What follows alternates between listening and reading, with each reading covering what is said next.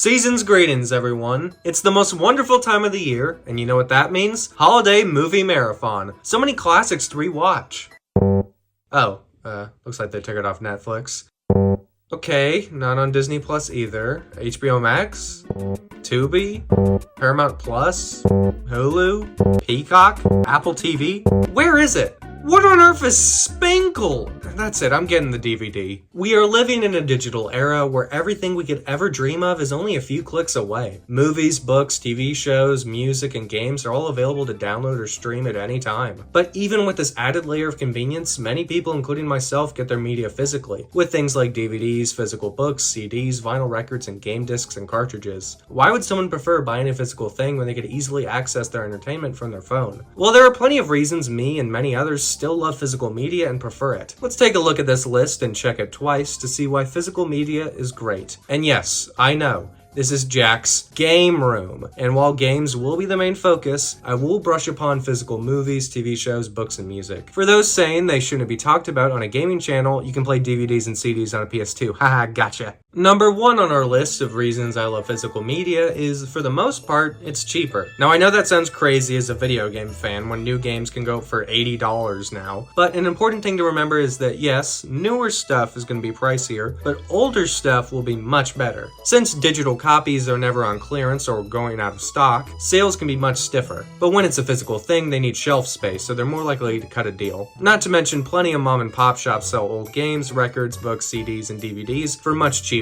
I've gotten so many of my favorite games for cheap from secondhand shops. Sure, they might not be of the best quality compared to a new game, but I think it gives them character. Especially for old cartridges and memory cards with data still stored on them. You get to learn more about the last person who had it. There will always be pricey titles, but a good chunk of DVDs and games are very reasonably priced. Most DVDs I bought were under $5, and I've gotten some of my favorite games ever for around $10. Speaking of money, another great thing about physical copies is you can sell them. Since you don't really own a movie on Netflix or a song on Spotify, you can't really get your money back. But with a physical DVD or CD, you can sell that and get back on the investment. Even as a collector, I bought some games I don't really want to keep, so it's good knowing I can always recover some of the cost. Plus, some copies will heavily increase in value as time goes on. I bought Tamagotchi Life for only $20 back in the day, and now it goes up for $100. I don't buy games to invest in them, but it's always nice knowing that if I lose everything on slots, I have a backup. Speaking of selling stuff, it means you get to go to all these fun secondhand shops. I am so lucky to live near so many incredible small businesses that sell old games. There might not be a lot where you live, but keep your eyes peeled because I managed to find some wherever I go. There are so many nice owners who I've developed casual relationships with that always make shopping even better. If you're a regular customer and try to be nice, you might get a heads up about what products are available and maybe even a small discount. Not to mention, this is much better for the economy. Why give these huge corporations even more money when you can spend way less in a local business and make much better of an impact? Also, it's just nice to have a little bit more sense of community in our lives. We're so separated in our homes and rarely talk to people we don't know, so sometimes going to stores like this and talking to the owners about the games you love makes the place you live feel more like home. But even if you don't start a conversation, these stores can be a spectacle. I love scanning every last inch of these stores and seeing everything I can. Physical media can also sometimes come with fun extras. Most of the time, streaming services only offer the base film and digital copies only come with the game. But on DVDs and Blu-rays, you can get so much more, often exclusive content. Behind the scenes clips, bloopers, deleted scenes, and so much more can be found in physical movies.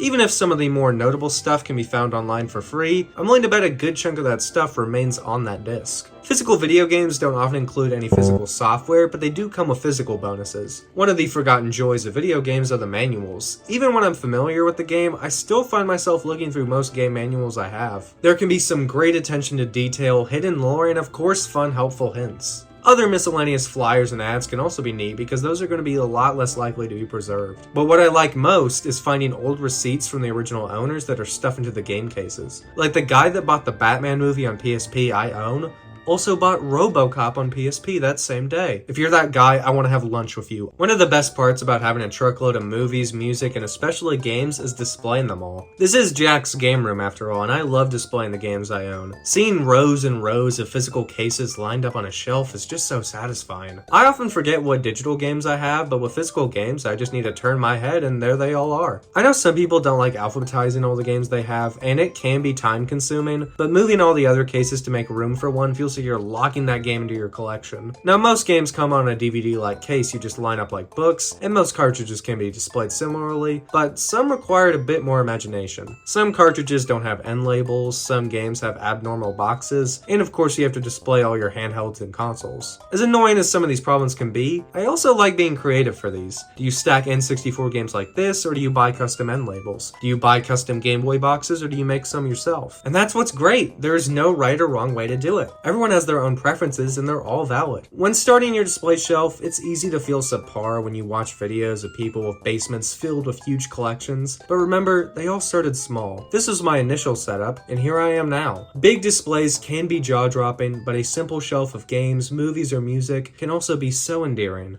Okay, this next part is a little more personal and you might disagree, but just hear me out. It can be hard to explain, but playing a game in its original form can enhance the experience in ways that are not really possible on modern consoles. Experiencing a piece of media in its original, most basic form can make it a lot more special. Playing soccer for NES on Switch, it's like, it's okay. But playing on a real cartridge on an actual NES with a CRT, it becomes a lot more engaging. Maybe it's the atmosphere, the fuzz, the system itself, the nostalgia goggles, but playing old games on actual hardware makes them easier to appreciate. Now, this is just my opinion. I'm not saying if you don't play games on the original platform, you haven't truly played them. If old games on modern platforms work for you, by all means play that way. I'm in no way better than you for playing Metal Gear Solid on PS2 while you played it on PS5. I played tons of old games on modern consoles. All I'm saying is that there's something uniquely fulfilling about playing games on the original cartridge, watching movies on DVD, or listening to music on vinyl. It may be less technologically advanced, but for me, that's part of the charm. Witnessing art in its barest form makes it easier to appreciate that art. For me, personally. If you disagree, that's totally fine. Okay, let's take a break from glazing physical media and look at how it fell in popularity. For a long time, physical media was the only way to own media. You could rent entertainment, and cable and radio would broadcast stuff, but if you wanted to watch, listen, or play something whenever you wanted to, you needed a physical copy. But then one day, Netflix switched from renting DVDs by mail to a video-on-demand streaming service. With the power of the internet, hundreds of thousands of hours of entertainment were only a few clicks away. No more having to drive to a store, buy a DVD player, drive back, read the instructions, hook it up to your TV, put the DVD in, get through all the ads. With Netflix, all you had to do was press some buttons. Netflix's DVD mail service quickly dropped in use, and it hurt DVD sales nationwide. Many companies were also quick to follow in the footsteps of the success of Netflix. iTunes was already rolling out digital videos for purchase before Netflix even did. Many other movie and television streaming services came up like Hulu and Amazon Video. Streaming services for music came up like Spotify and Apple Music. Game consoles were heavily pushing their digital versions of games, and eventually even games could be streamed like on Xbox Game Pass. As the years went on, DVDs, CDs, and physical games sold less and less, stores would stop carrying them, and more entertainment became digital exclusive. As much as I love physical media, it can be important to remember it isn't perfect. Physical media requires so many fancy machines and cables that streaming doesn't need. Physical media requires a lot of space. Even if you keep all your discs in a binder, that's still more room being taken up. Physical copies can break or just stop working because of old age, and repairing them can be costly. Physical items can take a long time to arrive to your home, or even worse, you might have to go out and track it yourself. Special rare prints can skyrocket in value, while a digital copy is bound to stay pretty level price-wise. As much as people like me champion physical media, we have to admit to ourselves that digital copies and streaming services do outrank physical media in some ways. I personally don't really blame anyone for consuming most, if not all of their entertainment digitally. It's convenient, it can be cheap, and has a large library. While I prefer physical media, I don't see myself as better than those who don't, and I definitely do consume a lot of digital content. But there is one massive advantage of physical media that is the main reason I collect it. When you buy a physical copy,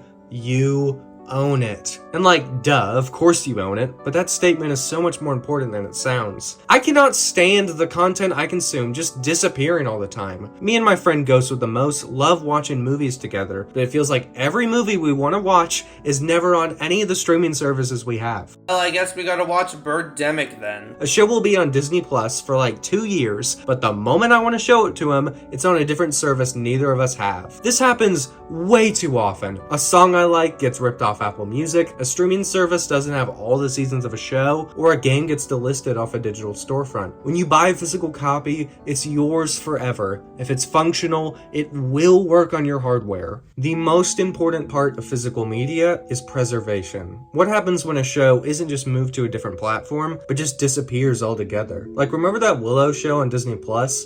Wanna watch it? Well, too bad, they just removed it, and it's gone! This show, which regardless of whether you liked it or not, people spent thousands of hours working on, is just missing. This is something we've all heard of by now. Lost media. When media exists only in digital spaces, they are much more likely to be lost to time. Super Mario Bros. 35 was a game that only existed on the Switch's eShop, and now it's gone forever. With a physical copy, we wouldn't have this issue. No matter how much a giant company wants to get rid of every possible way to experience a piece of media, they can never destroy every physical copy. So much media can only be experienced on the original prints. And while most of the time it's companies being lazy, sometimes it's more malicious. Sometimes they want the media to be gone or altered. Without the physical copies, it might have been impossible to watch the theatrical versions of the Star Wars trilogy. The original versions of some of the most important movies of all time could have been lost to time if it weren't for some dedicated nerds and their VHSs. I don't want to let mega corporations decide what art survives just because it's convenient for them. Who knows what will be taken away from us? How many hours of dedicated artists will be wasted, and how far will they take it? Now, physical media isn't a 100% safe media preservation tool, but it is immensely helpful if you want to keep your entertainment safe. Physical media is in a rough spot. Most stores have stopped carrying DVDs and Blu-rays, more and more entertainment is digital exclusive, and the PS5 Pro requires an accessory to use discs. Look, if you like digital-only consoles, good for you, but this just feels wrong to me. You spackled the drive shut! Switch 2 upset many people for a multitude of reasons, but the one that really got me was the embracement of game keys. These have existed on many consoles before, usually just codes that unlock a digital version of the game. This really annoyed me, but I figured they would remain small, but Switch 2 will feature a lot more of these things. It really broke my heart that the member of the console industry that was the best at physical media was rolling back on it. It's not that companies don't care about physical media, they're starting to actively not want it, but people are fighting back.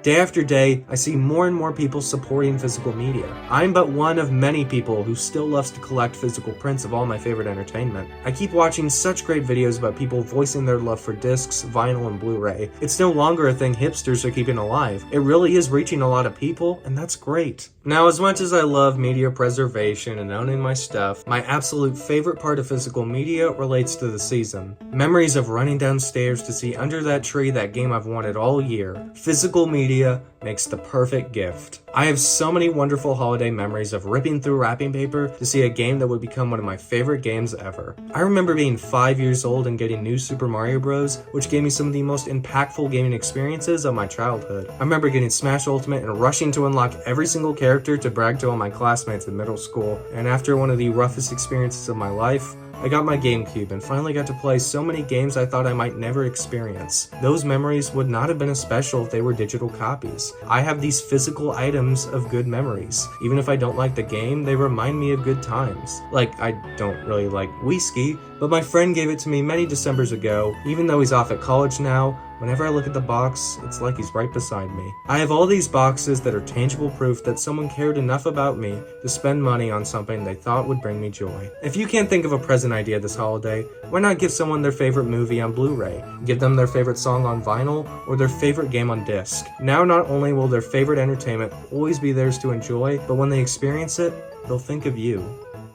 I'm not saying there's anything wrong with using digital copies or streaming services, and I'm not even necessarily saying you should buy physical media. All I'm saying is don't sleep on physical copies of entertainment. They can be cheap, fun to collect, and last a long time. Physical media has brought me so many happy holiday memories, and I want people to remember that they can have them too. A movie might move to a different service, a song might leave Spotify, and a game may be delisted, but those memories will always be there.